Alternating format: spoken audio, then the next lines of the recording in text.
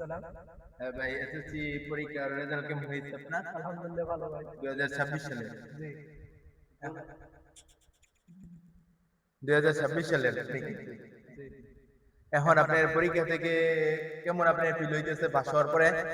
আলহামদুলিল্লাহ ভালো। পরীক্ষার আগে অনেক টেনশন ছিল। রেজাল্টের আগে অনেক টেনশন ছিল। কিন্তু রেজাল্ট দেওয়ার পরে এখন মোটামুটি ভালো আছি।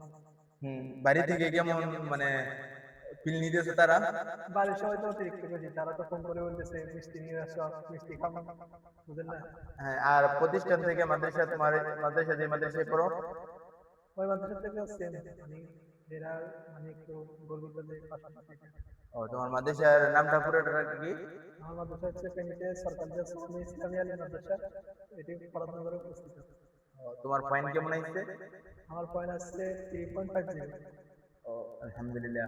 যারা ফেল করেছে তাদের বিষয়ে কি করা যায়? এটা তাদের এটা তাদের ব্যক্তিগত দোষের কারণে আমি মনে করি তারা ফেল করছে। তারা যদি মনোযোগ সহকারে পড়ালেখা করতো তাহলে আজকে এই দিনটা দেখতে হতো না। হ্যাঁ, অবশ্যই।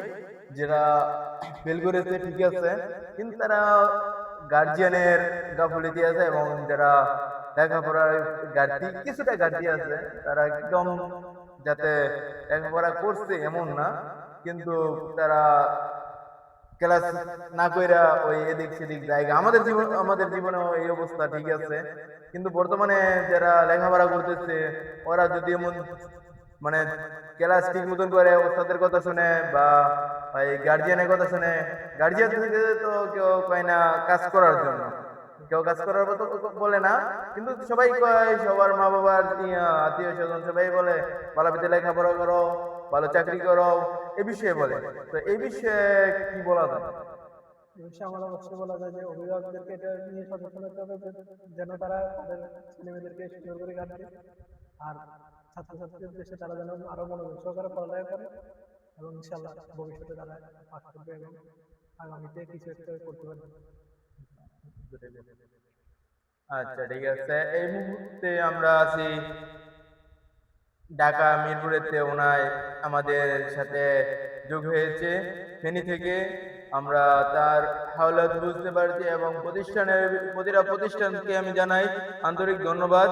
যারা পাস হয়েছে তাদের জন্য আন্তরিক ধন্যবাদ, আর যারা ফেল হয়েছে তাদেরকেও আমি আন্তরিক ধন্যবাদ জানাই এই কারণে, যাতে পরীক্ষা সাহস করে সবাই পরীক্ষা দিয়েছে, এই কারণে আমি আন্তরিক ধন্যবাদ।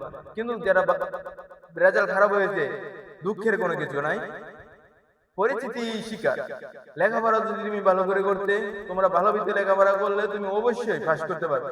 কিন্তু বুঝতে শিক্ষকের কথা শুনি নাই এবং মা বাবার কথা শুনি নাই, এন বন্ধুদের সাথে আড্ডা মারি, বাইক নিয়ে দৌড় পারি, তো এইসব কিছু করা আমাদের পসিবল, কিন্তু এগুলো আমাদের করা ঠিক না। কিন্তু আমরা যদি সবাই সবাই যদি লেখাপড়া, সুখ দুঃখ এই মাঝখানেই থাকবে।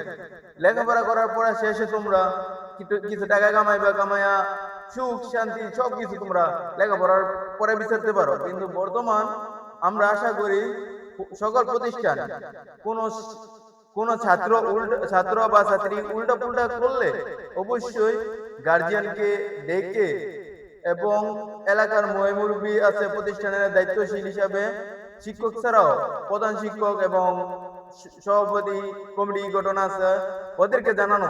কিন্তু গার্জিয়ান বর্তমানে এমন পরিস্থিতি হয়েছে যাতে একটা শিক্ষক অন্যায় করুক আর না করুক, বাসায় যদি একটা ছাত্রকে বিচার দেয় বর্তমানে, ওদেরকে মানে এমন পরিস্থিতি করে যাতে বলার বাইরে, মানে শিক্ষকরা না পারে মারতে। এ বিষয়ে তোমার প্রতিষ্ঠানে তোমার নিজের অভিজ্ঞতা এবং তোমার নিজের প্রতিষ্ঠান কেমন ভাবে এরকমের কোনো ঘটছে নি বলতে পারো? অবশ্যই আমার প্রতিষ্ঠানে তো এরকম অনেক ঘটনা মানে ধরেন শিক্ষকের সাথে এরকম বেয়াদবি, শিক্ষককে মারতে পর্যন্ত সরিয়ে নিয়ে চলে এসেছে, এরকম ঘটনা আছে। আর শিক্ষককে তো সম্মান নাই। আমার প্রতিষ্ঠান না, বাংলাদেশের অনেক প্রতিষ্ঠান আছে এরকম মানে উশৃঙ্খল, তারা তাদের শিক্ষককে মানে না। শিক্ষক মারলে এটা ছাত্রের জন্য ভালো, সে ভবিষ্যতে কিছু করতে পারবে, এই জন্য শিক্ষক মানে। কোনো শিক্ষক চায় না যে তার ভবিষ্যতে অবনতি হোক, এই কারণে কোনো শিক্ষক কাউকে মানে না। কিন্তু শিক্ষক মারলে বাইরে থেকে নেতা নিয়ে আসতেছে, চেয়ারম্যান আসতেছে, তারপরে আরো বিভিন্ন ধরনের বড় পর্যায়ে যারা আছে তাদেরকে নিয়ে আসতেছে শিক্ষকের বিচার করার জন্য। অনেক ক্ষেত্রে দেখা যায় অনেক শিক্ষকের চাকরি চলে যায়। এটাই আর কি।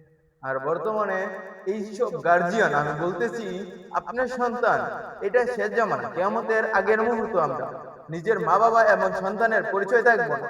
এই কারণে আমি বলতেছি যত যত মা বাবা এবং গার্জিয়ান আছে অবশ্যই আমরা সচেতন হতে চাই যাতে আমাদের সন্তান ভালো হয় এবং লেখাপড়া করে।